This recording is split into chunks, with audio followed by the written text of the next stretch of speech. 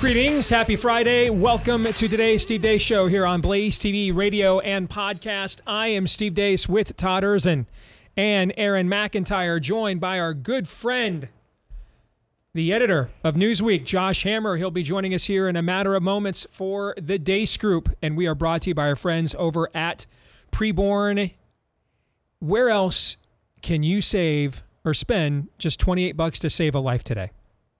Because even with Bidenflation, that's all it costs for an ultrasound at Preborn that has at least 50-50 odds of saving a life. And really two lives, because we're not just talking about the baby, but we're talking about the mama and the mistake, maybe the life-altering mistake that she will make by murdering her child. Preborn is out there with clinics. They're out there on the streets. They confront moms. It's gentle, but it's a confrontation.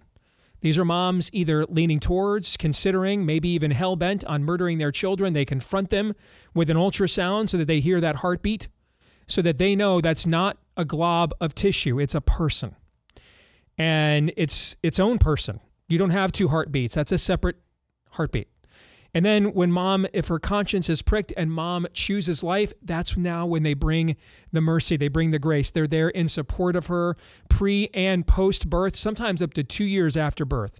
Car seats, diapers, formula, even counseling. All of it free of charge, even though it's not free.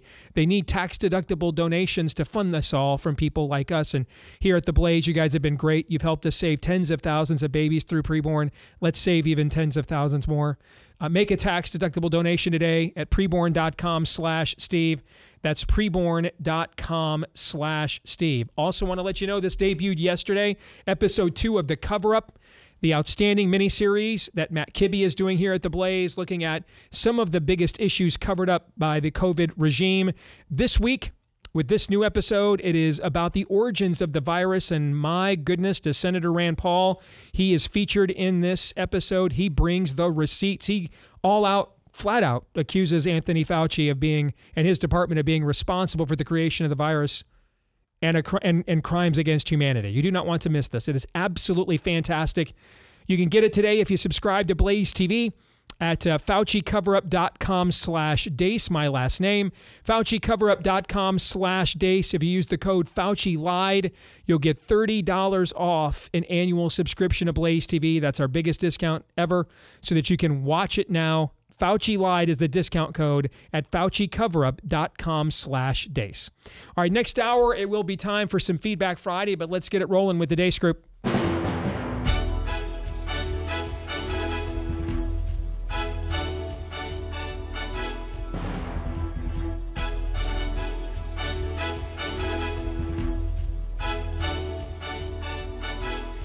There's our man Josh. Good to see you again, brother. Let's get to it. Your weekly look at the week that was begins, as it always does, with issue 1.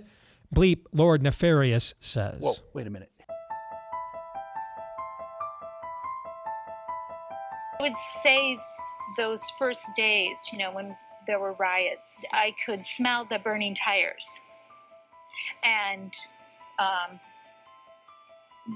that was a very real thing. And I kept the windows open for as long as I could, because I felt like that was such a touchstone of what was happening. A society that does not put equity and inclusion at the center of it is certainly going to eventually come to the places where we're at. The moment that those folks who are out there demanding this are not going to take a commission or a report, they're going to want fundamental change. It's one of the exciting things in the midst of all this. In Minnesota, we respect our neighbors and their personal choices that they make. Even if we wouldn't make the same choice for ourselves, there's a golden rule. Mind your own damn business. Don't ever shy away from our progressive values. One person's socialism is another person's neighborliness. Well, J.D. Vance has criticized him as never having been in combat. And, has he? Well, has J.D. Vance been in combat? Well, I think he was over in Iraq, I think, as a public relations officer, as a communications officer. I think that's the case. I think we need to push back on this. There's no guarantee to free speech on misinformation or hate speech. The offence of incitement to racial hatred involves publishing or distributing material which is insulting or abusive, which is intended to or likely to start racial hatred. So if you retweet that, then you're republishing that, and then potentially you're committing that offence. And we do have dedicated police officers who are scouring social media. Their job is to look for this material and then follow up with identification arrests and so forth. I think we need to push back on this. There's no guarantee to free speech on misinformation or hate speech, and especially around our democracy. Kick it to Congress, so it's going to be up to us on January 6, 2025 to tell the rampaging Trump mobs that he's disqualified, and then we need bodyguards for everybody in Civil War conditions. And my record is so pro-choice, Nancy Pelosi asked me if I should tone it down. I stand with Planned Parenthood, and we won. Let me know how high it is. If it's 25 feet, then I'll invest in the 30-foot ladder factory. Should Minnesota be a sanctuary state? If the definition of that is that the federal government enforces immigration law and local law enforcement enforces local law, then yes. Should cities be allowed to be sanctuary cities? Yes. It's done. A packed room at the St. Paul Armory erupted after the governor's signature made driver's license for all the law of the land. There, that's better.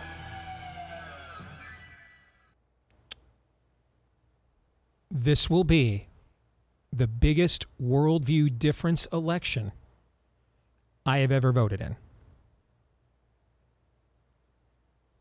Exhibit A. B, C, D. Todd, I'll begin with you. First question goes to you. The most debased thing you just saw was what and why? Well, Tim Walz's entire existence, for starters, but that British dude giving you the full Orwell. Just we're scouring the internet. Yes. Yes. No winking and nodding, just giving it to you. Bending you over, grabbing you by the hair, and giving you the full Orwell. And not just in some sort of utopian sense. Right now, he's giving it to you while Muslims are burning down their town. And you aren't allowed to raise your hand and say, point of order. I mean, breathtaking. Aaron. That was the second version, as I was telling you about. I made a previous version as well that was not as bad as that one. I don't know where to begin. Let's begin at the very beginning. Gwen Walz. You can tell a lot about a candidate by their what? Family, their wives. She has a thing for essence of burning tires because it provides her absolution in some weird, twisted, demented, psychotic way. It's a touchstone. It provides her absolution from her white guilt by leaving the windows at the governor's mansion open so you can smell the wonderful aroma of burning tires as your city is on fire from race rioters. Absolution.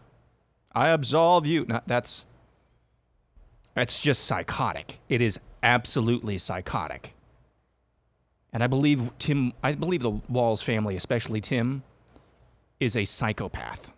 And I'll have more on that in my prediction coming up later on this hour. Josh, we have you back. There you go, brother. What was the absolute most debased thing in Aaron's montage that you just saw? Yeah, Steve, I've had the privilege, frankly, of doing these Deace groups for a few years now. That might have been the most demonic one I've ever seen. And it says a lot about Tim Walz that it was literally... And we lost him again. Did we lose him again? Yeah. We got him back? I think there so. He is. Go there ahead. he is. All right, try it again. The most demonic thing ever. Yeah, take it from there, Josh. And, like 80 to 90% of that was just Tim Walz. I mean, that says a lot in and of itself. But look, I was going to comment on the British situation, which I have friends in London text me about it, which is just utterly unfathomable. I mean, the cradle of the Western world's liberty is now threatening to prosecute anyone who happens to call the prime minister two-tier Kier because he has his two-tier system of defense where he is defending mosques but not churches and synagogues. But I see that Todd has handled that. I want to just focus on something else that happened this week, which is related to and also just closely adjacent to the Tim Walz thing, which is the fact that Josh Shapiro was not selected for Kamala Harris's running mate. You know, this is an important point to make here. You know, Josh Shapiro was, you know, if you could basically grow a Kamala Harris running mate in a petri dish, it would be Josh Shapiro. I mean, this is a guy who won his gubernatorial race in 2022 over Doug Mastriano by double digits in Pennsylvania, the #1 most electoral college votes of any battleground state. This is someone who continues to have a very high approval rating basically across the board there in Pennsylvania. I'm not saying he's a moderate. He's obviously a pretty liberal guy, but I mean, it is the world's worst kept secret that there is one reason and one reason only that Josh Shapiro was not selected to be Kamala Harris's running mate. And it's not the fact that he is quote unquote pro-Israel. His stance on the conflict is certainly not my stance. It's probably not your guys' stance either. You know, he basically has the exact same position on the Middle East as I think any of the other contenders. It is literally the fact that his name is Josh Shapiro, that he has a very stereotypically sounding Jewish name. Like that is disgusting. I mean, that should cause everyone just to utterly kind of go back and flinch. Like, oh my God, like what is happening in America right now in the year 2024 that this is actually happening? The Democratic Party had Joe Lieberman running with Al Gore 24 years ago. Now they can't get the most important state's popular governor. It makes no sense. But picking Tim Walz over Josh Shapiro is just totally inexplicable by any calculus other than that. So I think that has to be it. So for all of the dens of iniquity that we just saw in that montage, and there were a lot, I think the fact that Kamala Harris did not pick Josh Shapiro and went with the prairie socialist Tim Walz really is the most demonic thing that happened this entire week. I mean, I was blown away, and I don't get shocked very often, unfortunately, these days. But at the gym 3 weeks ago, they've got CNN on one of the monitors, and John King literally just says out loud, well, they can't pick Josh Shapiro, he's Jewish. Just says it out loud, you know, on like it's just casual analysis or conversation. And I think what they're telling you, I think it was going to be Josh Shapiro, Josh Hammer. I do. I think that the leak last week was a test. I think that was from the Philadelphia mayor. I think that they were testing out to see. I don't think they were going to do a rally in Pennsylvania to announce the governor of another state. Okay, I think it was going to be Josh Shapiro. I think that got leaked out. And I think the Hamas caucus, the CARE caucus, just told the party, listen, y'all, okay, remember Chicago 68, what the hippies did to your convention?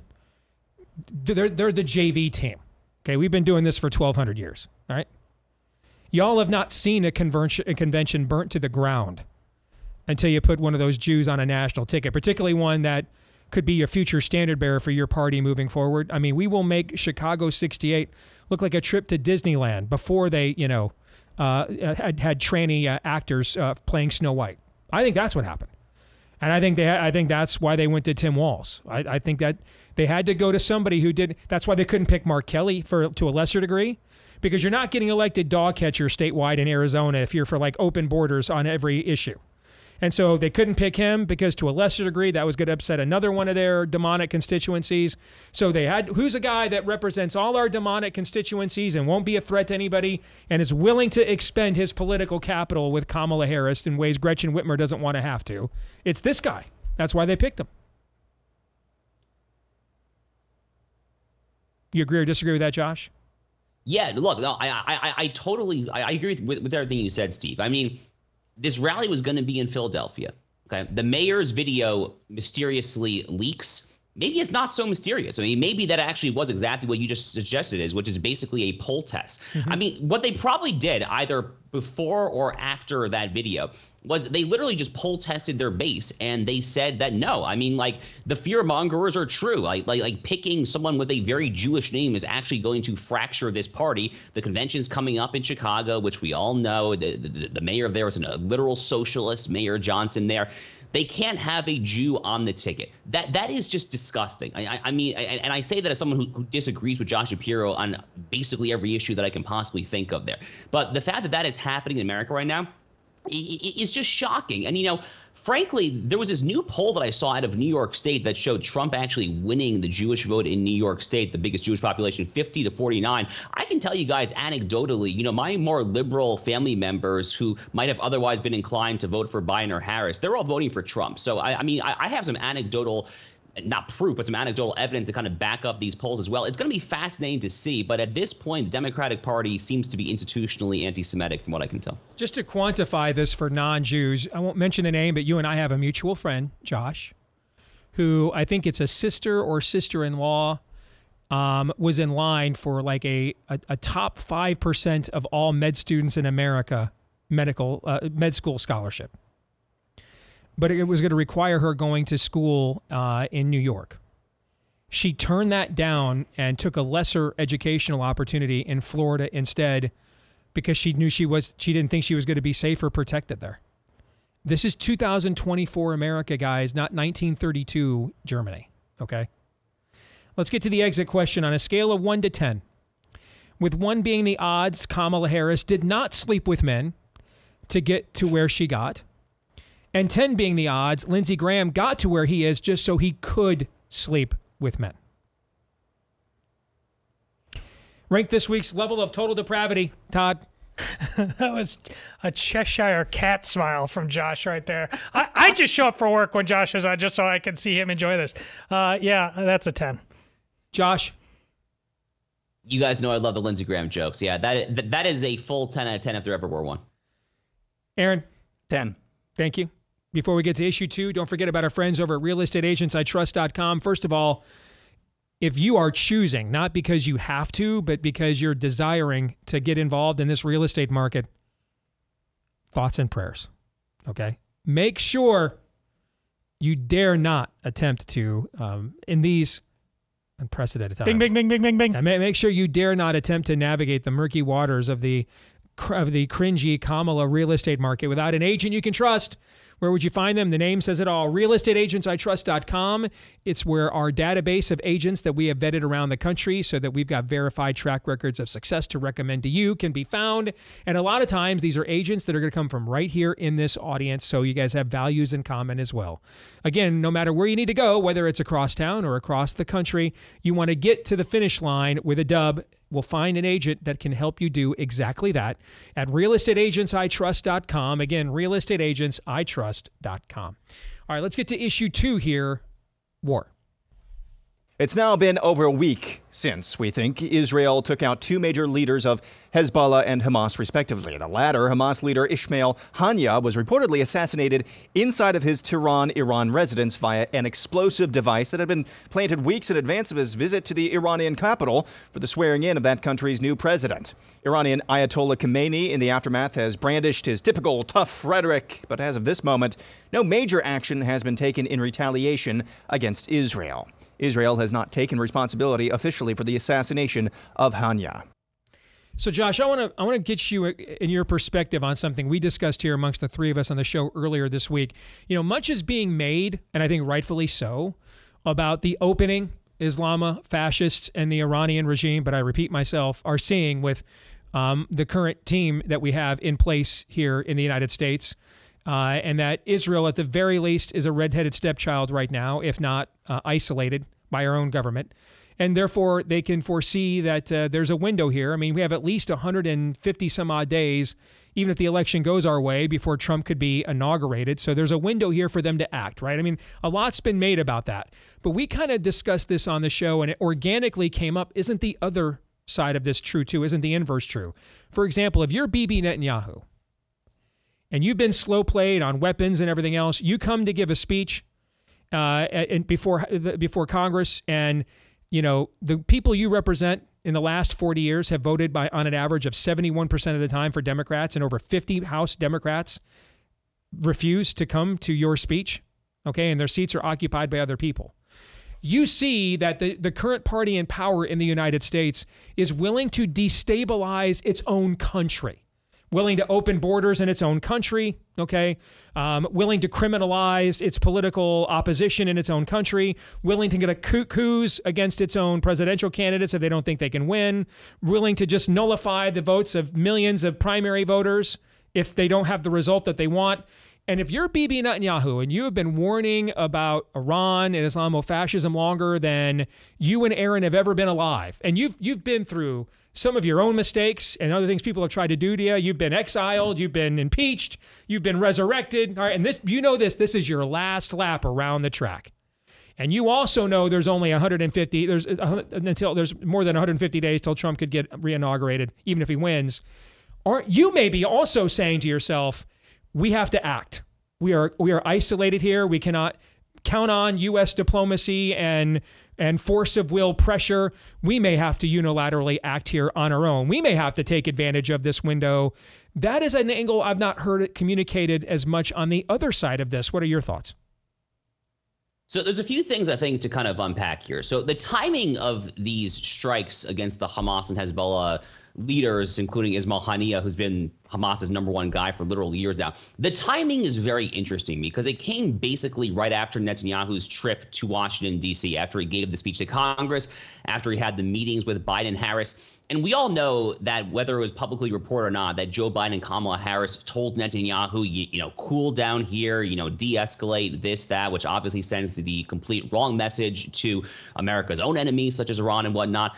But my own take on the timing of this, the taking out of Hezbollah and Hamas officials so close to this U.S. trip, I think what Israel was doing, yes, they obviously were taking out people who have Israeli and also American blood on their hands. I mean, the Hezbollah official who was taken out was one of the leading masterminds of the Beirut barracks bombing back in 1983. So, yes, it was part of that. But I think the more interesting angle here is that the timing was actually also a message that I think Israel was trying to send to Arab countries. They were trying to send a message, I think, to Saudi Arabia, to the UAE, to Bahrain, basically saying, okay, the United States is not going to have your back when it comes to the Iranian threat. They're not going to do anything about the Houthis in Yemen disrupting shipping, cratering the Saudi economy with all the Red Sea lanes and all that.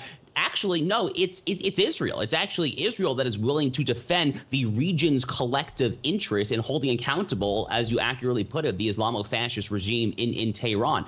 So I think that's one of the angles here.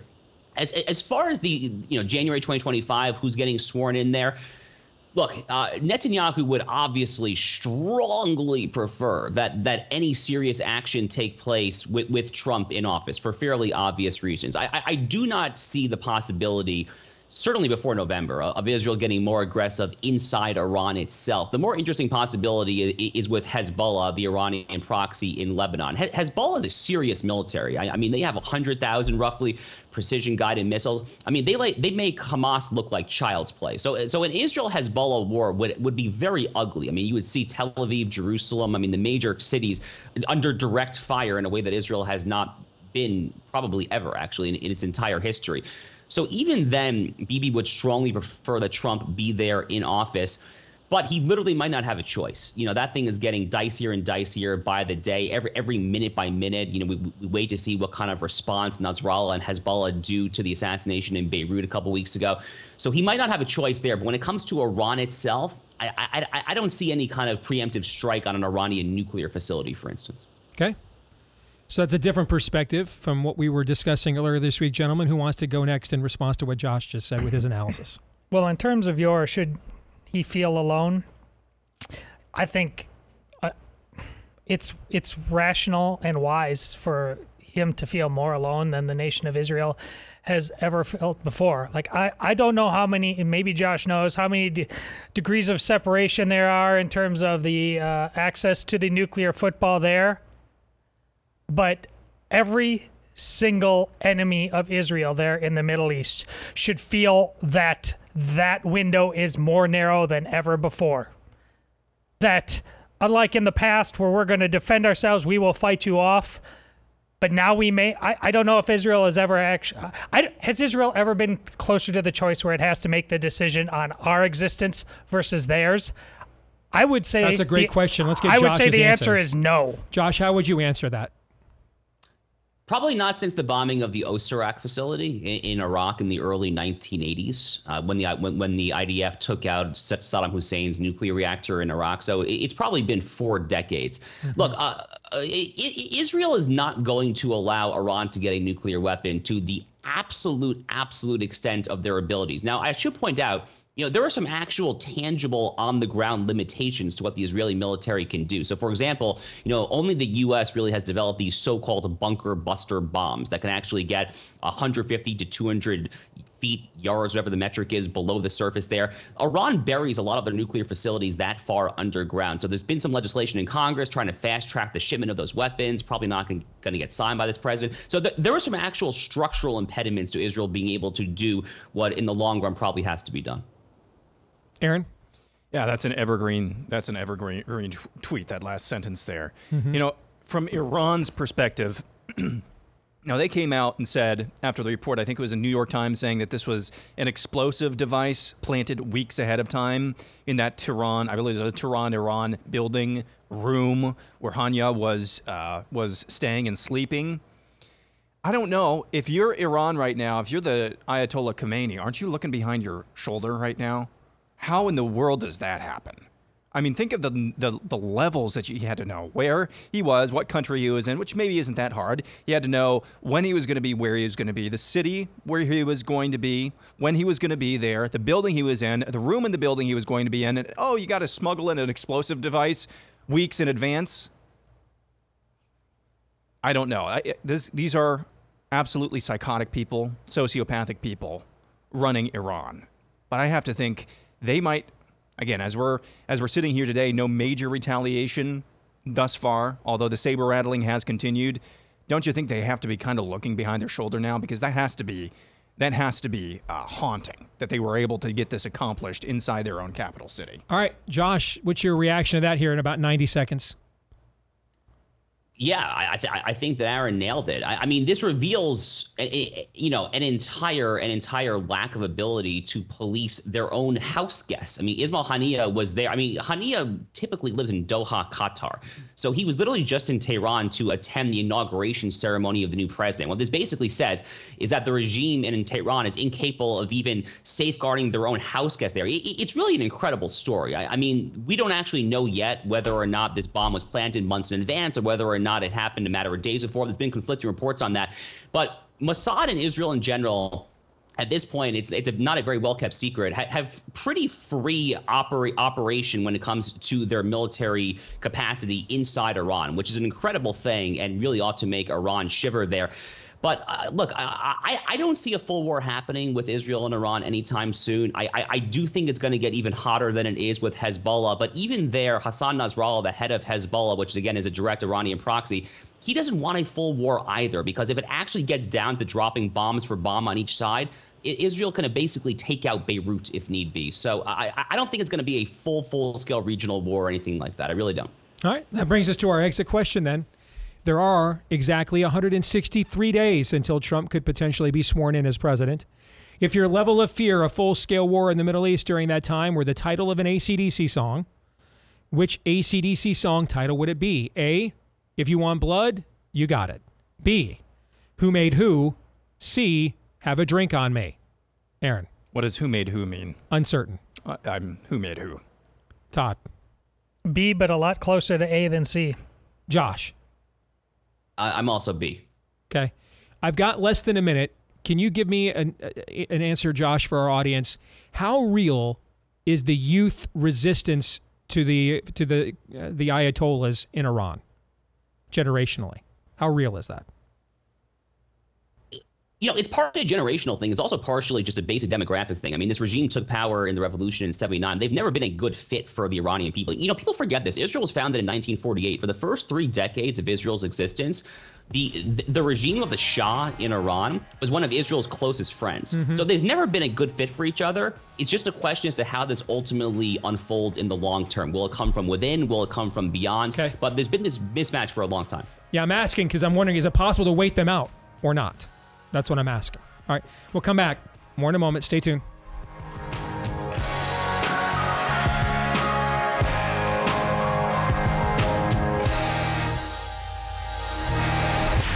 The Steve Deace Show.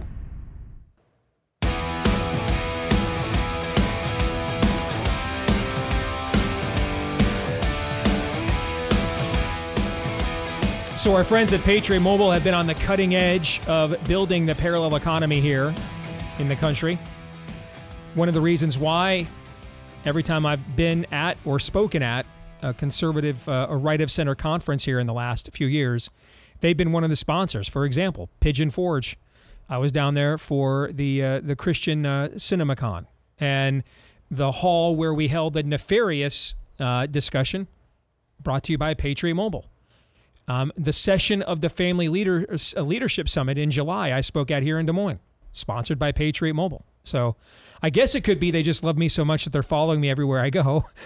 Or it is, I hope that'd actually be preferable, but I think it's because they are keeping their word. When they tell you they take the profits you give them and they prophetically reinvest them back into the kingdom, they do that.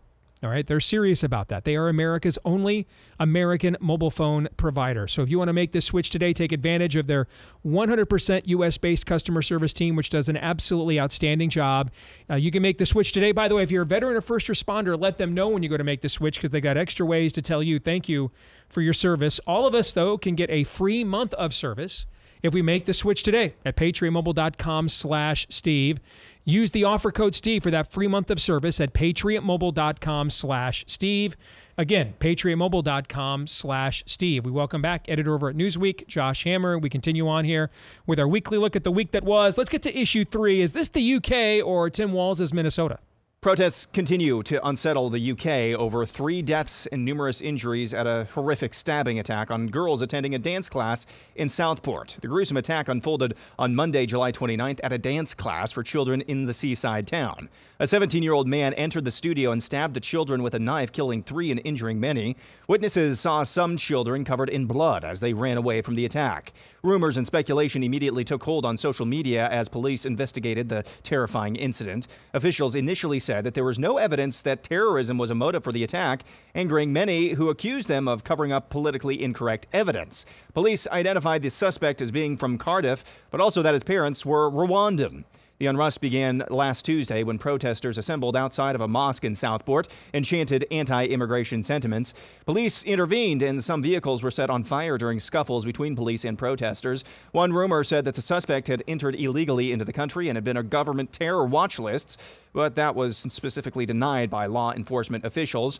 Naturally, the focus of law enforcement officials in the UK is criminalizing and arresting people for retweeting stuff. We have some breaking news now, and a woman has been arrested by Cheshire Police in relation to an inaccurate information on social media about the attacker in the Southport murders. It says a 55-year-old woman from near Chester was arrested earlier today, Thursday the 8th, of course, on suspicion of publishing written material to stir up racial hatred and false communications. That report is just the next step after the Biden White House calling Twitter and saying you have to censor Alex Berenson. That's the next step. The next step is a guy named Elon Musk comes in, spends $44 billion to liberate the largest political opinion platform on planet Earth. So if you're going to do that, then I guess the next step is the state will then just come in and criminalize it. That is absolutely the next step. And you need to also understand here, this is again why this is what I'm so concerned about with this election. What's happened all throughout Europe, you see this in France, you see it in Germany, you see it in the UK. What's happened is the Hegelian dialectic is the political process now. You had a fake right there for many, many years. And it largely just now has morphed into the left. It was pointless to vote in the UK elections. If you're a non-communist, there was no point. There was literally not a fundamental difference between the two parties. There wasn't.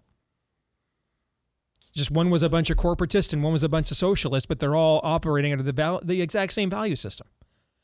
And that leaves millions of people without agency, which means when something like this happens, there's nowhere to go. The institutions are aligned against you, so I guess we're going to the streets. And that is a preview of what is to come here, too. So, Josh, I have been saying all week long, and I'll probably say this again for another 87 days. This is, and man, I'm not, again, let me say this. My movie didn't get the Sound of Freedom screening at Mar-a-Lago, okay? I'm not getting invited down there. I'm not on anybody's wish list. I didn't get some new sponsor paying our show 6 figures because I'm all in that he's got to win this election. I have gained nothing about. If anything, all Donald Trump has done for 10 years is cost me money. I lost to him on the Cruz campaign, lost to him on the DeSantis campaign. The fact that I'm not a jock sniffer has limited my own audience. Donald Trump, for me on a professional level, has done nothing but cost me money. I had to go to war against him the entire final year of he was in the White House before over COVID and the riots. I mean, I've gained nothing from this era, guys, like literally nothing. So there's no professional angle here for me. It's quite simple. I don't want that to happen to your kids and grandkids, let alone mine. That's really just as... I think New York 1992 is a better place to live than London or Minneapolis or San Francisco 2024. And it's just that damn simple for me. Nothing more, nothing less. Even if all Trump is Rudy Giuliani's 1992 New York was better than San Francisco, Minneapolis, and London 2024. Can I get an amen? Amen. Okay? Amen. That's all even if that's all that is, that's a giant step better than what we're looking at right now. And that is why I have been saying, Josh, all week, this is the biggest worldview election difference or worldview difference election I've ever voted in, ever. Agree or disagree? So, well said, first of all. Look, I lived in London for a few months, actually. I did a college semester studying over there at University College London, UCL. I'm something of a lifelong Anglophile. I mean, to this day, I actually root for England in international soccer competitions. I mean, when it's not the U.S., actually. I mean, I'm someone who's a research fellow of the Edmund Burke Foundation. I mean, that's Edmund Burke. I mean, I love all that Britain has given the world. And, frankly, if you're an American patriot, I think you have no other choice but to be grateful for what Britain has given the world, because so much of what we still have operating here in the U.S. today in the year 2024 is ultimately downstream of what Britain did 300, 400, 500 years ago. Our system of common law, separation of powers, you name it.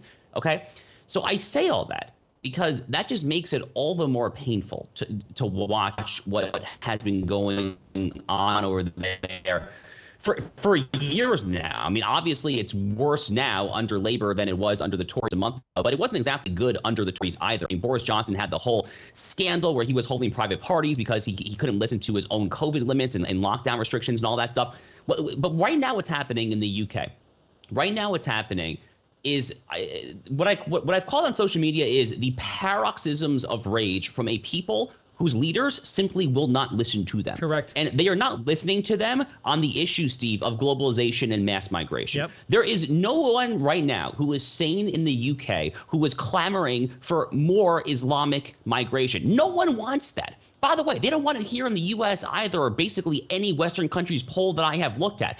And unless and until elites in the UK, in the US, in Brussels, London, Berlin, Washington, Ottawa, you name it, unless and until they start listening to the people and recognize that human beings are not widgets on an economic chalkboard that cannot just be interchanged with one another to find the most efficient or the consumer welfare maximizing standard or precept, unless and until they realize that and start listening to us when it comes to the idea that cultures are not all equal, which they aren't, unless and until that happens, we're going to just start seeing more of this. And God forbid, it's already started to happen a little bit here in the U.S., but it's probably only going to get worse, I fear. Amen to every word. Todd? I think your point is all the more stark because this is Donald Trump and not Ron DeSantis. He's just, what, at best, a centrist New Yorker, at best, and I might be pushing that, all right? He's not some crazy ideologue, all right? That's why I think, to your point, I think this is the first Independence Day election, and I'm not talking about 1776. I'm talking about the movie. Mankind, that word should have new meaning for all of us today. We can't be consumed by our petty differences anymore. We will be united in our common interests. Perhaps it's fate that today is the 4th of July and you will once again be fighting for our freedom, not from tyranny, oppression, or persecution, but from annihilation. These people hate you so much. Both the ridiculous woke left and the Muslims. Simultaneously. They plan to destroy you. Look at it. Don't Netflix and chill through it. Look at it. And then do what you got to do. I have no idea what Trump has planned. I have no idea what he'll do. And I am confident if he wins, it'll be a coin flip every day, whether we're coming in here to say Yas King or WTF, because that's what it was like when he was president before. There were Abrahamic Accords, and then we're like, why are we still locked down? I mean, that's what it was like. Here's what I do, but I do know what they're going to do. Yes. And they made it very plain, and they have records, and they're not blogs. They're not things they pontificated about in college. They've won elections. She's been vice president of this administration. We saw what he did in Minnesota in one legislative session. This stuff is not theoretical. It is what they will do, period. Aaron, your thoughts? Which is why I want to reiterate what I said earlier this week. You know, I had a buddy of mine a close friend of mine who lives in Minnesota, and he messaged me this week and he said, is it just me because I live in Minnesota, or are more people talking more about this vice presidential pick than I can remember? And I said, no, a lot of people are talking more than you can remember, and rightfully so. The guy is crazy. He's absolutely nuts. See, this is the reason why I have concentrated on Tim Walz more than I would have probably done so with Josh Shapiro or maybe fill in the blank vice presidential pick. He's an unabated communist. He's a rabid communist and a terrible human being at that as well, with the stolen valor and his history as well. But here's what I think they're telegraphing to you. We don't think that we need to hide who we are anymore. Again, this is another instance of, do we believe our own talking points over in right-wing land? For years and years, it's been, well, this is who they really are. You got in trouble multiple times for calling Barack Obama a Marxist. Oh, that's beyond the pale, didn't you, Steve? Yes. So now that they've actually taken the sheep's mask off and showing you who they are, what does that tell you about who they think the rest of us are? On the right and the normies. They think they don't need to hide themselves from the normies, and they're declaring war on you if you are any form of right-winger. They're basically saying, yes, that's the future that we want. Mm-hmm. You retweet the wrong thing, straight to jail. That should be terrifying. Has any Democrat in America come forward today and said what they're doing in the UK, rounding people up for social media? Yeah. No! Why, guys? Why? They like it. They can't wait to do it Because themselves. exactly right. Tim Walz setting up the hotline to snitch on your COVID neighbor. Yes. Hey, calls and said, that's a great idea. Misinformation isn't free speech. London agrees. So that is your choice. Okay? And again, there's some of you, you're living under the protection of the Godfather in Florida for another 2 years, but do you know what January 1st, 2027 looks like? Some of you think you're living in this reliable red state like Alabama. You mean the one where Kay Ivey pimped and promoted that poisonous jab more aggressively than friggin' Trump did? That one? You think you're secure from all of this. You're not. So this is the choice. New York City, 1996. Minneapolis, London, San Francisco, 2024. Those are your options. And those are dramatically different places. Dramatically. Exit question. If today were election day, what do you think would happen? Aaron. Today, Kamala Harris. Todd. Narrowly the same. Josh. I actually think Trump. My answer is I am glad the election is not today. And Josh, we had you on one time when we were talking about the lawfare on the Deace Group, and you said, you kind of walked through each case and said, you know what, if you were kind of partial towards Trump. Well, that's kind of worked out so far. Yeah. That analysis turned out to be more true than I thought it was going to be at the time. Thank you for resetting that, Aaron. Yes. All right, let's get to our kicker topic, because I do think Trump is struggling with how to brand Kamala. All right, so I would have gone with cringy Kamala from the beginning. That's what I would have done, okay? But give Trump his Kamala nickname that he desperately needs right now, Todd. Kamapalooza. Why that one? Because it just sounds crazy. Okay. Aaron? I'm going with something I've used for years now, Kamalablitty-gook. I love it. I'm not so sure I can pull that off as a professional broadcaster, let alone doing as much media and stuff as Trump does and not getting tongue-tied saying that a million times, but I love it. Josh? I would say Kamala the Commie or Kamala the California Commie if you want a triple alliteration. How about just Commie Kamala? That works just fine. That's good too. That's really good too. That should be the front runner. Kamila.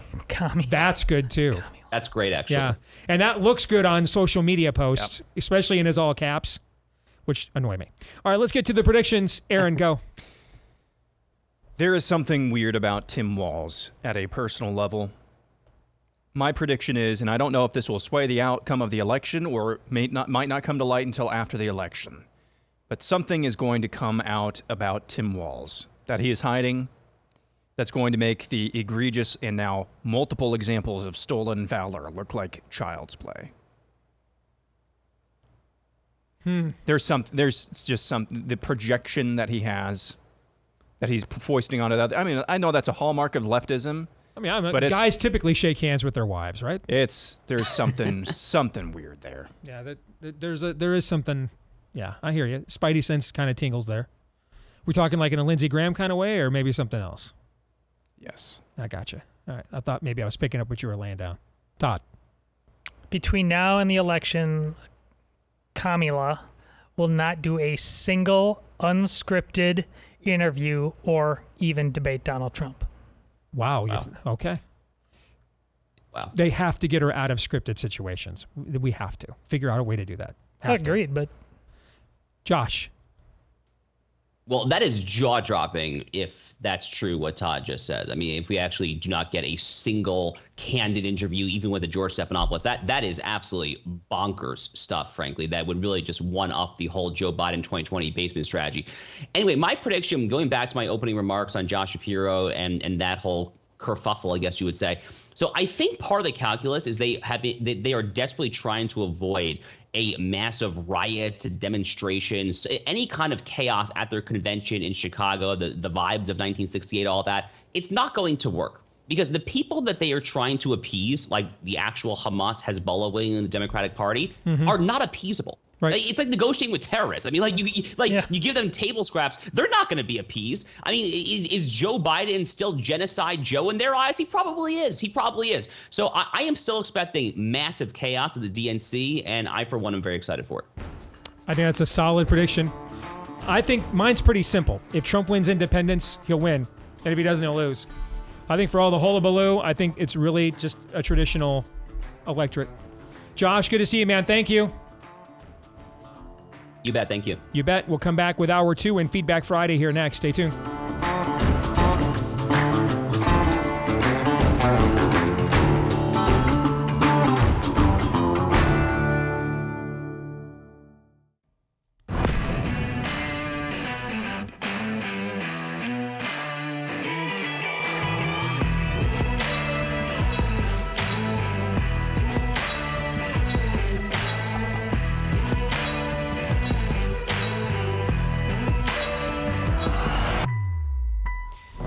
Back here with Hour 2 here on The Blaze.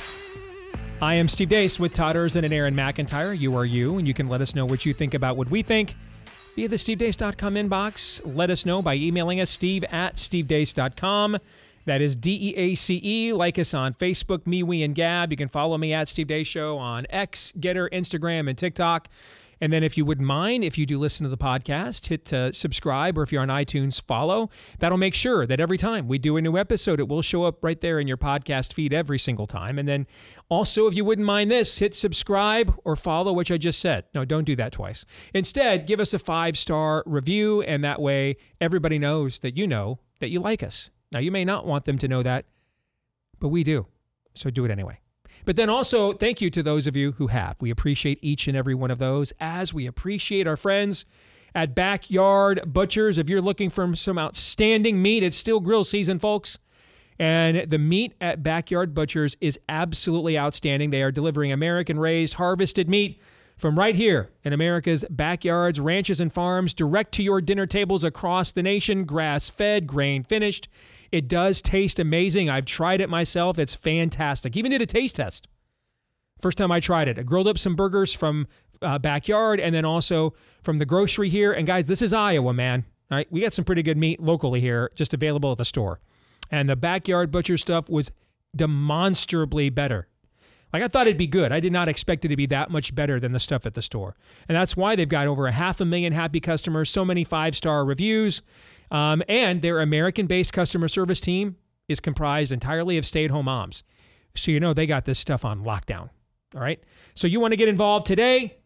Here's what you can do. Go to backyardbutchers.com/Deace. backyardbutchers.com/Deace. Get 20% off your entire order, and if you subscribe, you'll get an additional 10% off and free shipping as well. backyardbutchers.com/Deace is where you want to go. All right, we're ready to go to some Feedback Friday. Y'all ready to go? Yeah. Probably not. Let's do this. Adam writes, your analysis of Trump's hiring pattern, that he either picks a strong, attractive woman or a softer, more submissive man.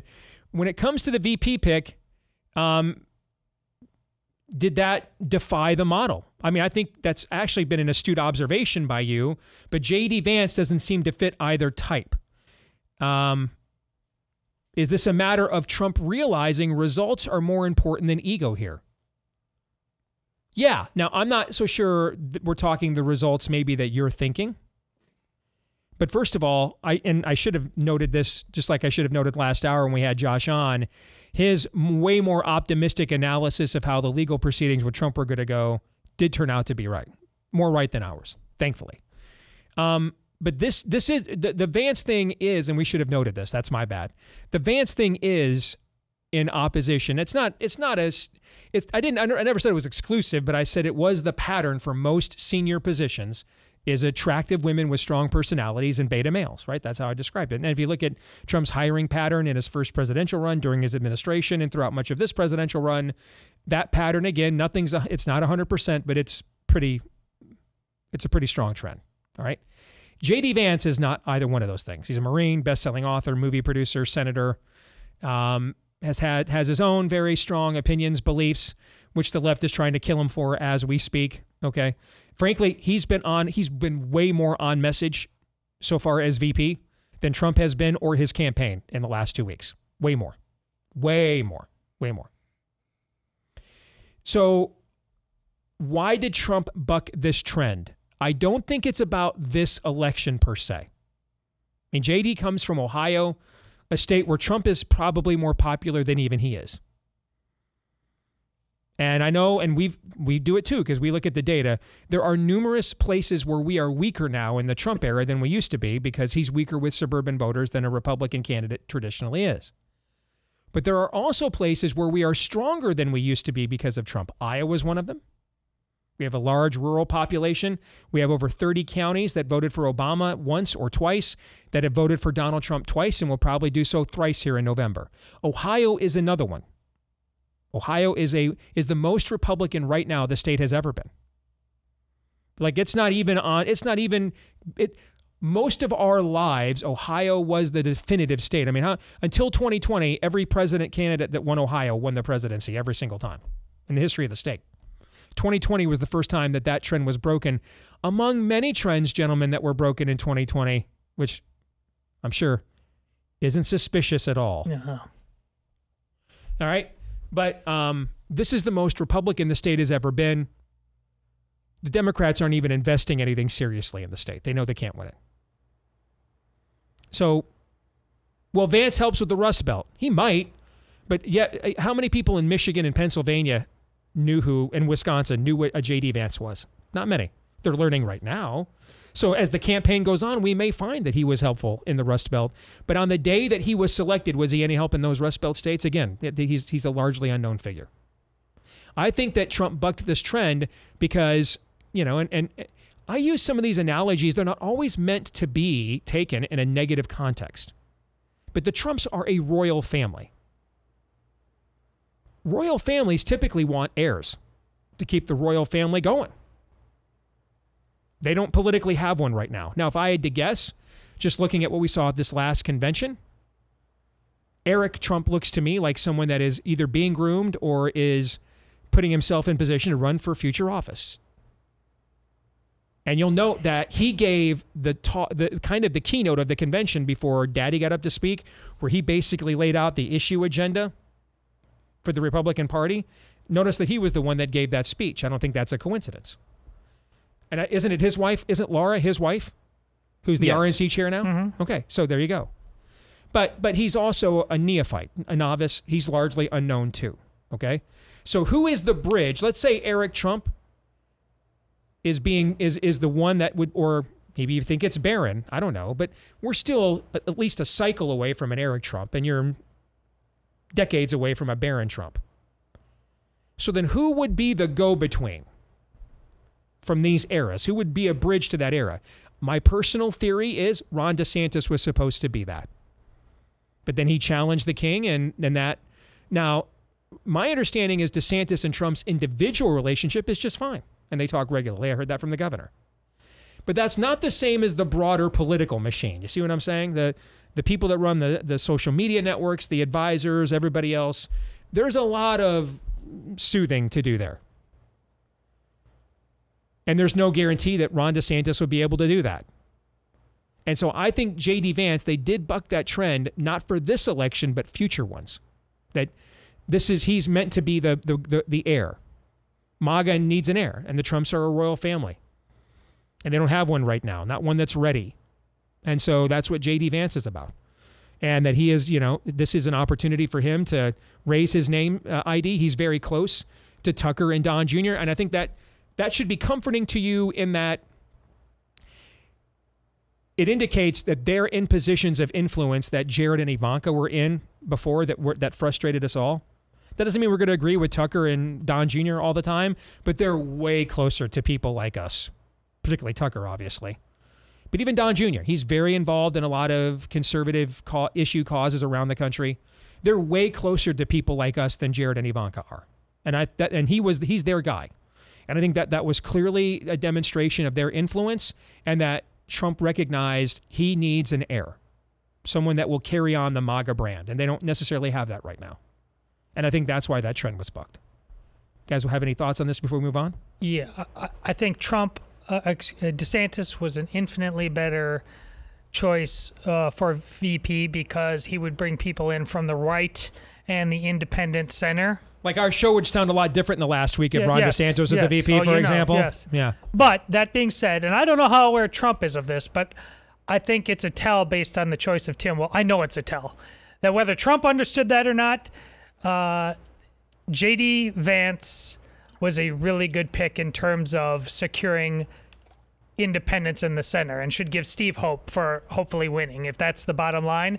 Because instantly the talking points went out and everybody had to call him weird. And after that, they picked the old ball coach, Tim Walz, Mr. Midwestern Dad. The talking points went out. He was folksy because whether Trump understands it or not, the left understands that math, and they knew they needed somebody to be able to run in what they perceive as the J.D. Vance lane. Mm-hmm. I could see that too. Yeah. Yeah. I think Todd hit the nail on the head there regarding J.D. Vance. If they were not worried about, to some degree, what he brought to the table for Donald Trump, they would probably be ignoring him. Now, you could turn around and say, well, he's a liability, and that's why they're trying to make him a focal point. But I don't necessarily think that they necessarily operate like that. So, is he more of a liability than Trump himself? No. So, I was with the caveat that we were told a short list involved people like Doug Burgum. You know, J.D. Vance, he's gone through, he's been radicalized after he had a wife, or he got married and had kids, okay, or came to Christ and had kids. Now, there's a whole thing, about his private life. His wife's a Hindu. He's changed his positions a lot over the years. But in terms of actually being somebody who gets the America First agenda, that's not always a conservative agenda. But in terms of being able to articulate that, and somebody from his background and his backstory, you could have done a heck of a lot worse. Yeah, you could have. A heck of a lot worse. Mm-hmm. Yep. I agree with that. Here's what I'll also say about JD. I don't know him. I've never met him. Okay? We have something in common in that we both have apparently had all possible positions on Donald Trump you can have on the right in the last 10 years. All right, we've got that in common. Here's what I can also say, though, about him. All of my friends associated with Claremont, Josh Hammer would be one of them. Dave Reboy would be another one of them, okay? Claremont is one of the, I think our Matthew Peterson, I think, came from Claremont. Claremont is one of the last actual think places on the right that actually thinks right. You know what thinks and is right. Okay, the Cato and those places are gone. They're nowhere near what they were in the 80s. They're all, open borders. They've captured and controlled opposition. All right. So of the think tanks on the right that still think, like actually think and are actually on the right, my Claremont folks, I've got several people associated with that place that I know, and I'm on a first-name basis with. And a lot of them, frankly, are somewhere from Trump skeptical to hell no. Freaking every single one of them loves J.D. Vance. Loves him, okay? Not like what Aaron just said, he could have done a lot worse. I mean like full-throated endorsement adoration. No one bats 1,000, man. Our human nature is what it is. Just did a whole show about that yesterday, right? But that's a pretty damn strong endorsement, man. At least in my line, in my sphere of influence, and I don't have the biggest network, but I got a pretty big one. Being in Iowa for the last 15 years helps with that. I mean, I can't. In my network, that's about as high of an endorsement of my associates that I could get, is that level of unanimous support from those people for J.D. Vance. So I'll say that. Let's go here next to... Actually, let me do this for Jace Medical first, because I want to make sure we get this in about their new contest. You guys know Jace. They've been a huge part of our show the last couple of years with the Jace case, making sure you've got backups of medications that might be the next ones they try to take away from you right when you need them the most, right? Well, they're hosting an exclusive giveaway right now where you can win a Jace case for life. That's right. You could win a Jace case every year for the rest of your life. No purchase necessary to enter. So don't miss out. You can enter this until August 31st. That's the deadline. So enter today from now through August 31st at jace.com/Deace. Jase. Jace.com/Deace is where you can go to enter. And that's also where you can get your Jace case, by the way. And if you enter the code Deace at checkout, you'll get a discount. Okay?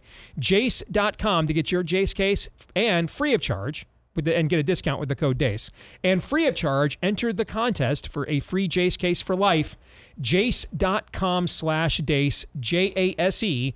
Jace.com/Deace. All right. Mark says, I think Trump actually has some firm ground to stand on with married white women. He should remind them, I will keep your sons off the battlefield and your daughters will never be drafted onto a battlefield with me. As much as the life issue is critical, the living children, when it comes to the life issue, can sometimes be even more relatable. I wholeheartedly agree with this. I hope you're right. I hope you're right that that's a persuadable point. Yep. I think he should push that message as far as is humanly possible, but we just all have to be honest that when we're on the show itself, we're talking about how close we are to existential levels of war and whether we're going to be pushed into it. Some promises simply can't be kept, but I think he should push that message as far as he possibly can. I agree.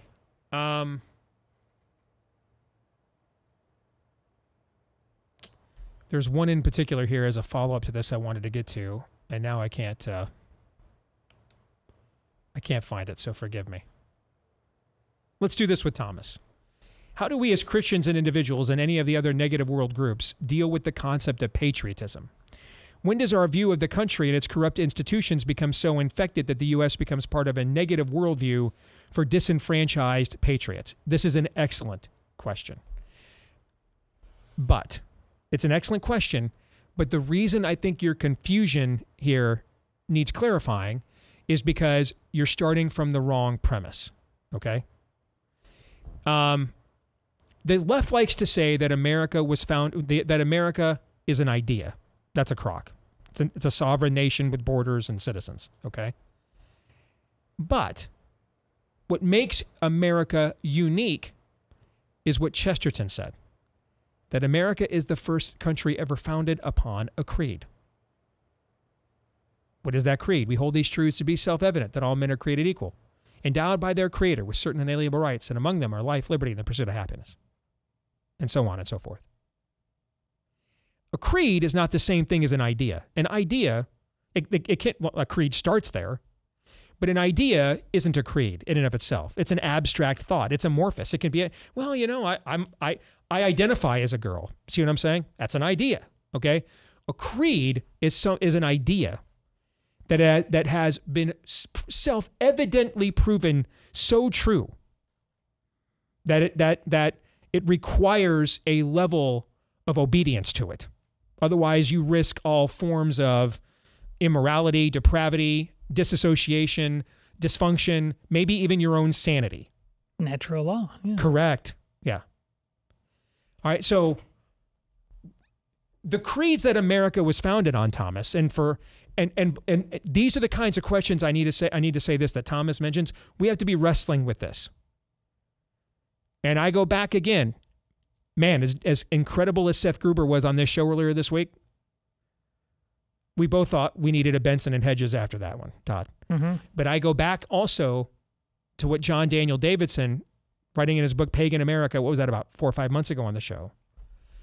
And he pointed out, when America falls, it won't go away. It'll just become evil, like what you're seeing in Western Europe right now. He's right about that. Here's the thing, though. If the landmass carrying the flag of America goes that way, unfortunately, does what about the creeds the country was founded upon? Are they creeds or are they not? Right? Right. Is it not self-evident truth that all men are created equal, endowed by their Creator with certain inalienable rights? Is that not true? That's not an American idea. That's Correct. God's idea. Correct. That inalienable means pre-existent is one of the definitions for the term. That's a very Christian biblical worldview ideal, where truth is not conjured, it's discovered. When you think America is an idea, you think truth is conjured. When you think America is a country founded upon a creed, you think truth is discovered. It was always true. I mean, Moses wrote 1,700 years ago in the Septuagint. He created them, male and female, in his image. He created them. So the idea that all men are created equal, endowed by their Creator with certain inalienable rights, that goes way, way back. We're 3,400 years before Thomas Jefferson gets those words ratified in Philadelphia. It was true. So did we make it true that men are created equal, or was that already true? It was already true. Look at our Romans study yesterday. We did Romans 3:23 and 3:24, right? Paul writes, without distinction, all have fallen short of the glory of God and sinned, right? Mm-hmm. That's a statement of equality in terms of equal accountability to God. And Paul writes earlier in Romans, God is no respecter of persons. So it doesn't matter, I mean, it's helpful, but just because you were born into a Christian family does not mean that you will not be an idolater. And just because you were born into an idolatrous family does not mean you will not be converted. And just because you were born into a moral family does not mean you won't be a serial killer. And just because your parents were absolute fiends doesn't mean that you won't go on to be a great missionary. That's what it means. So this was true before it was codified into the Declaration. It just took humanity 5,000 years to come to grips with it. Why? Because we're all fallen and sinful. And we really want to dominate our fellow man. We really don't want to be a brotherhood with them. That's why we're not commanded to love our neighbors or love ourselves, guys, because that's the default setting, but because it's not, okay? And so even if this nation falls and we're under a Romans 1 judgment, are the creeds this nation founded upon still creeds or not? Of course they are. Of course they are. Could you find some undiscovered island off the coast of Madagascar, plant a flag, be a pilgrim there, and start a new country that instilled these creeds? Would they still be true there on that island that uncharted island off the coast of Madagascar? Would those still be true? Yes. Yes. We don't ever have to. That's why I've never been worried about being patriotic in terms of how it goes against my faith, because what we define as patriotic comes from my faith. Comes from my faith. Without my faith, there's no ideal of patriotism as this country has known it. Now, that doesn't mean there hasn't been patriotism in other countries outside of my faith. And those are places where I would have a conflict. But I don't have to live any differently because of what happens to America. America may treat me differently because of how I live, but I'm going to live by those creeds regardless whether America wants to live by them any longer or not. Amen? Amen. Because that is the natural revealed law for all of creation from the Creator who makes the rain fall on the just and unjust alike.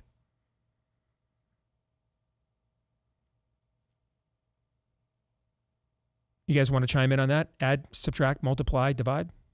Yeah, my patriotism, I mean, to say it's at an all-time low, I don't know, doesn't even do it justice. But, like, listen, in the absence of patriotism, my duty as a man of God, as a husband and a father, is to look for fights I can win and benefit from. And not recognize them. Not just try to, but not to avoid a fight altogether. That's true whether my country is healthy or not. I've got other duties, even if the flag falls or gets turned upside down. My job is to protect them, to give them a future if I can. And just several months ago, when I was talking about how this is the least important election of our lifetimes, honestly, it's because day to day, it's like the whole notion, I can't fight for you any harder than you're willing to fight for yourself. Mm-hmm. But my God, it was just a day to day of just slap fighting, high school angst nonsense. I can't stand it. But yes, here in the last month, there's been real fight. And I don't apologize for my nature. I'm good at it, and I like it, and I want in. All right? And I can see with very real clarity that when it's going to benefit those I love the most. And I won't apologize for it. And if you don't have that to fight for, and if you think you can just sit this and Netflix and chill, okay. But no, on my end. I see exactly what needs to be done in the name of my family, and I don't apologize for it at all. Yeah, family was exactly where I was going to go with that. So where I am right now, let's put it in terms of pronouns when it comes to my patriotism. Growing up, pronouns when it came to my patriotism were we, us, okay? Now it's more along the lines of they, them, okay? Kind of the same way that I did this when I was younger. I don't refer to my favorite sports teams as we, us. I still, even my favorite ones, it's they, them. It's still apart from me. It's not that embedded in my identity. That's kind of how I define patriotism now. I just don't feel a whole lot of we, us right now, okay? Now, we need to be careful not to confuse patriotism with jingoism. And hey, if we can have a little bit of jingoism if we could see that again in our lifetimes, that'd be a nice, fun luxury, wouldn't it? But here's the bottom line, and here's where the rubber meets the road. Personally, if you love your posterity, you will love your country. And what do I mean by posterity? What is the only posterity that really matters? It is your spiritual patriarchy or but it's your spiritual inheritance and your flesh and blood inheritance, or your flesh and blood posterity. If you love your family, if you love your children and your children's future children, you will love your country. Because, in in our Americanized language, we don't know what love is anymore. But you will love your country. You will want what is best for your country because you want what is best for your children. And sometimes what's best for your country is by having a lot of children, actually. And, you know, there's a lot of us who are doing our darndest to make that happen. But the bottom line is this: if you want the best for your family because you love them, you're going to want what is best for your country. You will love it. Amen. Speaking of family, Focus on the Family is there to support you every step of the way during these turbulent times. Jim Daly connects you to biblically sound advice on marriage and parenting that is relatable, practical, genuinely interesting. If you are looking for that kind of encouragement, especially after you're done listening to us, you might think, yes, after I listen to your show, Deace, I need some encouragement. All right, Focus on the Family with JimDaly.com is where you can go to get this podcast. You won't regret it. Focus on the Family with Jim Daly, D-A-L-Y is how that is spelled. And of course, you guys all know Focus on the Family. It's been an institution in terms of teaching and advancing a biblical worldview for many, many decades now. Focus on the Family with JimDaly.com is where you want to go. Again, that's Focus on the Family with JimDaly.com. Let me stress a couple of quick points, though, more about the email. We do need to come to grips with the fact civil disobedience is going to be on the table. In fact, it is right now.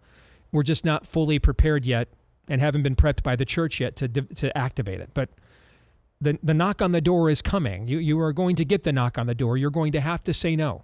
I can't do that. I won't do that. You can't have my kids. No, I won't comply. I won't.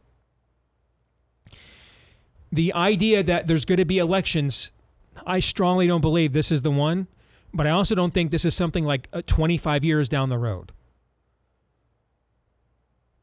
But the idea that there will be national elections without revival or without some form of political turning of the tide here, where both sides are like, well, yeah, we're for changing the kids. We just won't make it a tax. We won't just tax it and taxpayer subsidize it. Things we can't possibly support as Christians. We just can't do it. That will happen in a godless society. When the enemy feels like he has the advantage, he will try to take particularly those of us who are resistant and put us in Lady or the Tiger positions, Hobbes choices. We need to be ready for that. We need to anticipate that. That is the history of the church. Okay? Plenty of martyred saints, all for the same reason. They said no. No, we won't comply. No, we won't take part. But I do know that if we start acting like we're there now, that'll create a self-fulfilling prophecy. We're not there yet. We're closer than I think many people want to admit. But we're not there yet. But I do think we need to be prepared.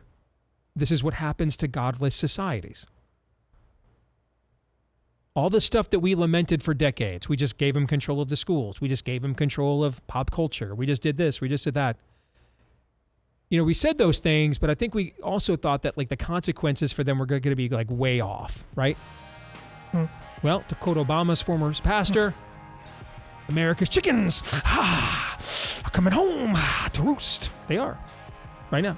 We're reaping that bitter harvest right now. More in a moment.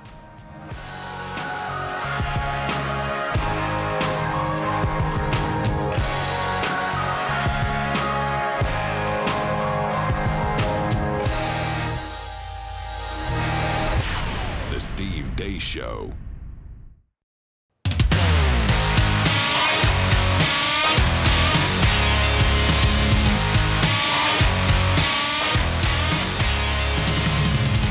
All right, let's get back to some Feedback Friday. This note from Mindy, Christ follower, homeschool mom. She writes, I, like many other ladies, have become a regular listener because of my husband. While it did take me a couple of weeks to really get what he saw in you guys. We laugh because we get that a lot. And the conversations you have took even longer to realize which voice belonged to Todd and Aaron. I am now in. I'm a homeschooled mom who feels that my calling is to disciple our children full time. Someone will be indoctrinating our kids, and my husband and I are determined for that to be us. Amen. I appreciate Todd's call to be bold and make a stand whenever we can. I recently learned of Kirk Cameron's See You at the Library initiative and felt that God was calling me to be a part of that. Last year, Kirk Cameron partnered with Brave Books Publishing and wrote a book about the fruit of the Spirit. He then reached out to several libraries in 2023 to host a story hour. 50 libraries denied his request to read a pro-God, pro-America book. But he reached out to them again, stating our First Amendment rights, and 13 libraries changed their minds and allowed him to come. Thus, See You at the Library was born. Cameron is collaborating with publisher Brave Books to organize See You at the Library again this year. All over America, parents are signing up to host events this year at their libraries. We could always use more volunteers to host or support local events. At first, I was really fired up to be a part, and then the enemy tried his best to put any doubt or fear he could to think of it in my way, or any doubt or fear he could think of in my way. It worked for a little while, but prayer and seeking the Lord's will showed me that the enemy was wrong. God has been giving me signs that I was on the right path to start with. Sermon messages, Sunday school lessons, friends' encouragement, scripture readings have all seemed to say, be committed to the Lord and do what he is calling you to do. He will be with you. Just do it. I hope you guys will share about See You at the Library with your audience and encourage others to participate at their local libraries. The official date of See You at the Library is August 24th. Again, August 24th. They even have kits that people can sponsor to provide Brave Books to hosts. However, this isn't necessary. The main goal is for parents to host a story hour at their local libraries and to read pro-God, pro-American books to the children in their communities.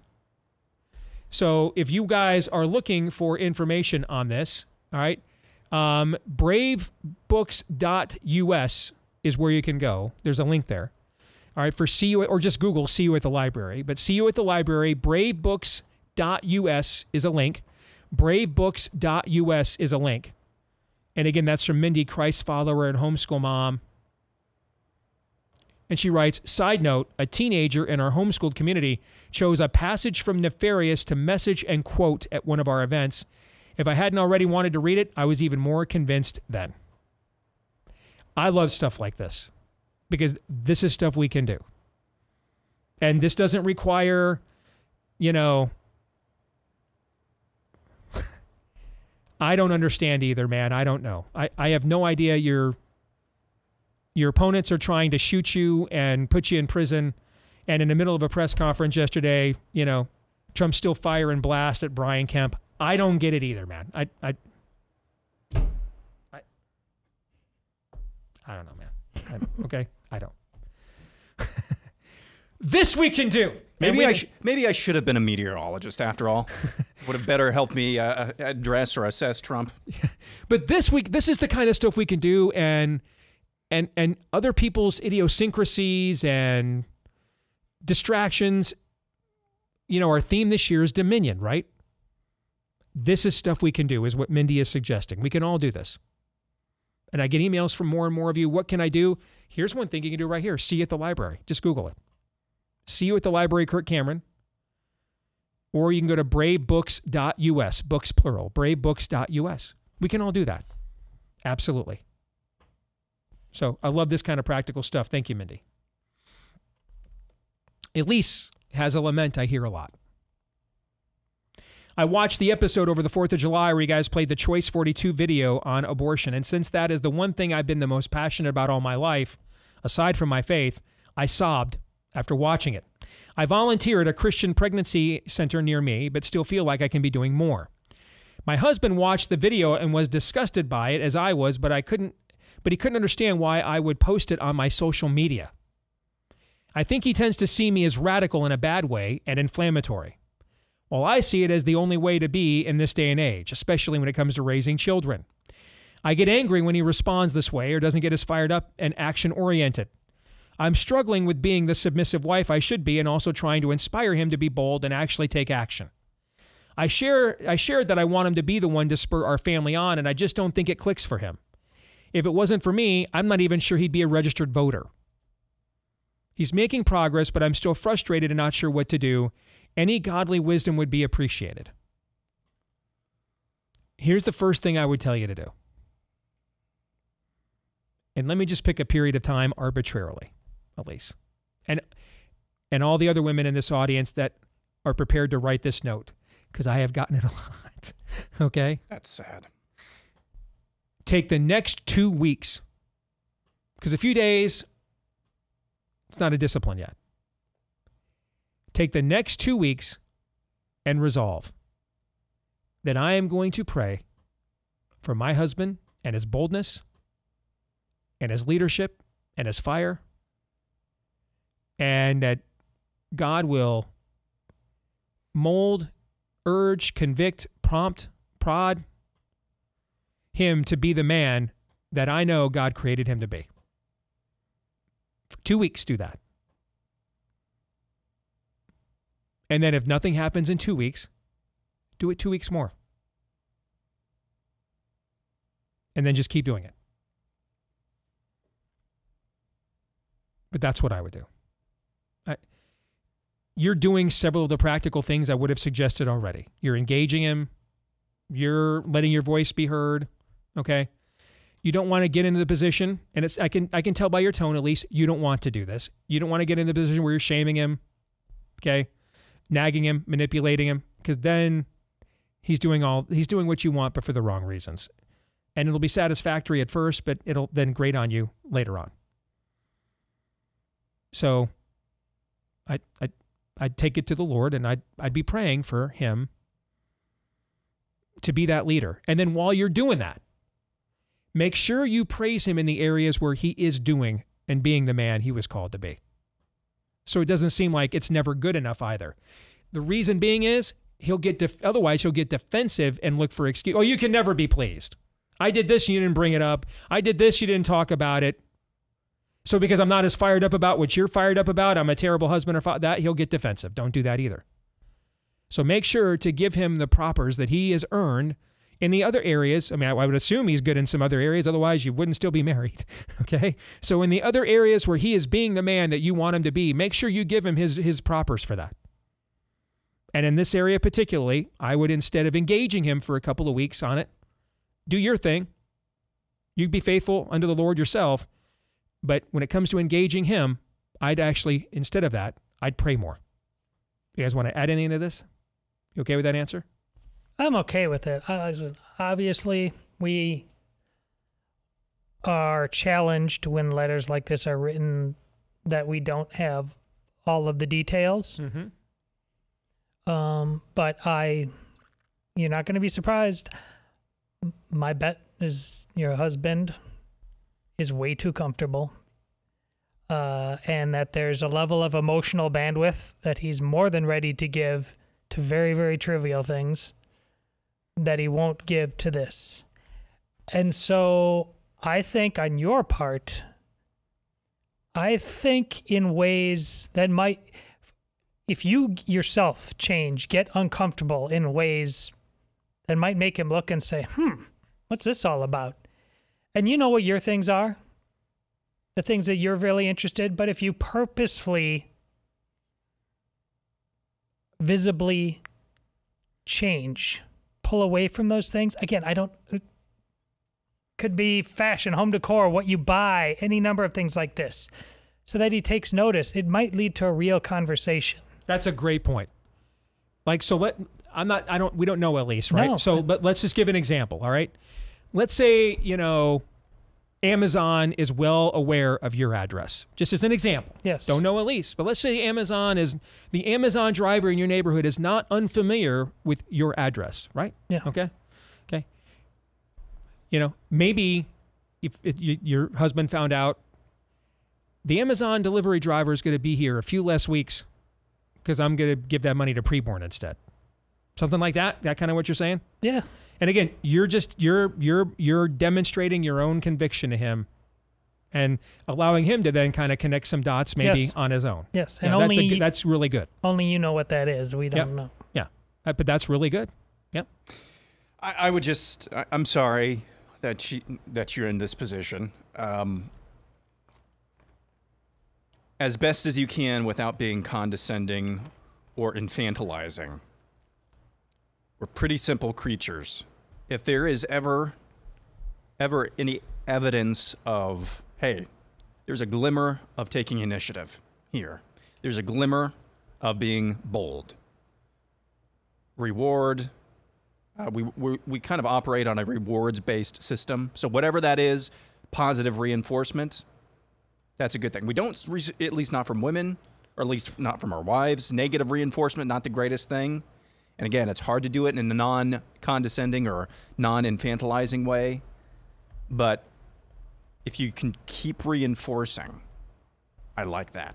I'm attracted to that, whatever that is, whether it's just a glimmer of, again, initiative, a glimmer of boldness. Do that to the best of your abilities. Again, relationships are not arts, they're not sciences, they're relationships. And so I'm not going to tell you a specific way to reward that behavior, but keep that in the back of your mind. And I just pray for you as well that someday you're going to turn around and you're like, whoa, he's further ahead than I am. I got to keep up with him now. I pray that's your story someday. And hopefully someday soon. And that's an excellent point, too. Here's something Elise did not tell us, and if you're a woman in this situation, let us apply it broadly. Is it that he is struggling with taking initiative in general, or just in this one arena? Okay? Because there's two different, things here. If we're talking in general, then, that's especially where the prayerful area the prayerful approach that I advocated would come into play. If it's just this area, maybe he's got a job where he's afraid of if you're being really radical and the blowback or something, you know what I'm saying? Okay. In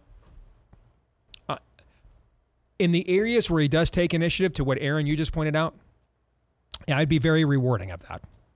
I would, newsflash, okay?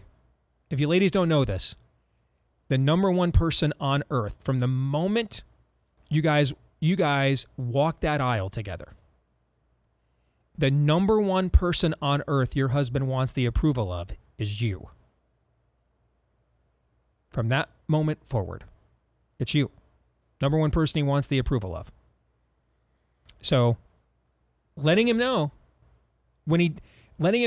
not to get him to do what you want, but when he does what you want him to do in these areas. Those are two different things. See what I'm saying? Okay. One is where you're manipulating him. Don't do that. That's what I'm trying to get at. Yeah. The other is where he is stepping up as a man. When you can let him know, I find that very attractive. I want to reward that behavior. Okay. But you're rewarding it after he takes the initiative to do it, so that you're incentivizing more of it. Not that you tricked him or cornered or manipulated him into it. Okay. Because it sounds like your motivations are pure here. Correct. That is the biggest thing. And we don't know what they are because we're not God. But as long as you're checking your motivations every step of the way. Correct. But guys, I won't have time to get to it today looking at the clock. I've got 2 or 3 more of these kinds of notes. I mean, I get these a lot. And so I want to also say this to the ladies in the audience. You are not alone. You're not the only lady wondering, what do I got to do to light the pilot here? Okay. What do I got to do, where are the jumper cables for the battery here? This is a chronic problem. And this goes back to something I said on the show last week. It's one of the reasons why we take such a confrontational tone when discussing these things. It's one of the reasons why Todd is so in your face about this. And as I said last week, because some of you ladies are like, wow, Todd's really, really getting aggressive. And I get that. You're a woman. We shouldn't talk to you that way. I get that. If you think Todd talks to his 4 daughters and wife that way, you haven't been around Todd, all right? But we are not like you, and the men do need to be talked to that way. That is how the men must be reached. They've already heard the soft sell. They've already seen the softer side of Sears, okay? They must be confronted. Men have to be confronted. We're different than you, okay? We need to be confronted by other men. The soft approach won't typically work. Doesn't mean that that doesn't mean that there's never a soft approach, When your husband's dad dies, hey man, get off your ass. That's not what we're talking about. Men who are docile rather than agile, mobile, and hostile. Men who are complacent. Men who have their idols. Men who can see the fight is right in front of them and can't be bothered. Right? Though in that condition, they have to be confronted, and that's what we're trying to do. We're trying to prod them. All right, guys. We're down to about the 3-minute warning here. You guys get the closing thoughts. Go ahead.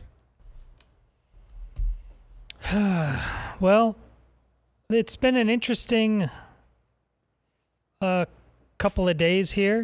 There seems to be a new phase of the the fight on the right for what is this all about? What are we fighting for? Who's our standard bearer? I'm glad it finally came to some kind of head. I don't know if it's going to come to a good resolution, but it did have to come to some kind of head for us to move forward in a very narrow window of time. It's just like after the with the recount, and we were begging on this show, guys, we don't have time for the Kraken thing. We need to get to this thing, and I'm glad we're working through whatever we're trying to work through now. Indeed, and we really don't know. That's evergreen tweet. We don't have a good pulse on whatever it is we're looking at in our culture, but I'm thinking politically right now. You know, we made our predictions about how this election would go if it were today, and, you know, three of us were kind of on one side, and Josh, who has a track record of being right with some of these types of things, he was on the other side. This is a chaotic time. The antidote to chaos is not more chaos, and that starts at a personal level, at a granular level. Make sure you personally are keeping first things first. And for all of us, that's different. You know, it could just be as simple as I'm making sure I'm in God's Word every day. But it's not stopping there. Putting some boots on those feet and actually going and doing God's Word. Whether that's serving in your community, serving in your church, serving your family, of course, that's a non-negotiable. But again, this week was more proof that we really we're making the mistake of, is it the book of James talking about we're going to go do this, that, and the other thing, and how that's folly? This week was another indication of that. So the message, as always, as it has been this entire year on this show, take dominion over your life. Okay? With God as your protector, as your North Star, take dominion over what you can take dominion of. We'll be back at it again on Monday. Until then, Romans 8:28.